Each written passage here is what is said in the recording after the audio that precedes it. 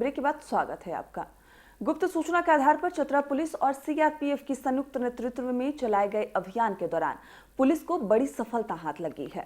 सुरक्षा बलों ने कोयलांचल में टीएसपीसी नक्सली संगठन के इनामी सब जोनल कमांडर अनिक्षय गंजू को गिरफ्तार किया है। नक्सली की गिरफ्तारी पिपरवार थाना क्षेत्र के बहेरा गांव स्थित उसके घर से हुई है।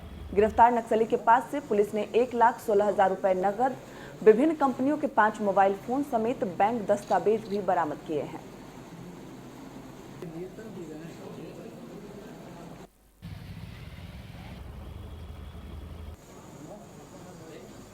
कि टीपीसी का जो सब जोनल कमांडर है कामाख्या गंजू उर्फ अनिश्चय गंजू उर्फ अनिश्चय जी, इसको अनिश्चय जी के नाम से ज़्यादा जाना जाता है, ये अपनी पत्नी से मिलने बहेरा गांव पिपरवार थाना आया है।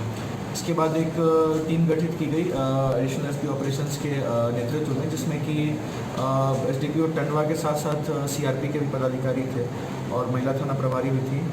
इन लोगों के द्वारा वहां पर रेड किया गया ग्राम बहेरा में। तो एक रेंटेड घर में अनिश्चय अपनी पत्नी के साथ वहां पर पाया गया। इसके बाद इसको गिरफ्तार किया गया है। इसके पास से 5 मोबाइल फोन्स के अलावा करीब 1,16,000 रुपये भी बरामद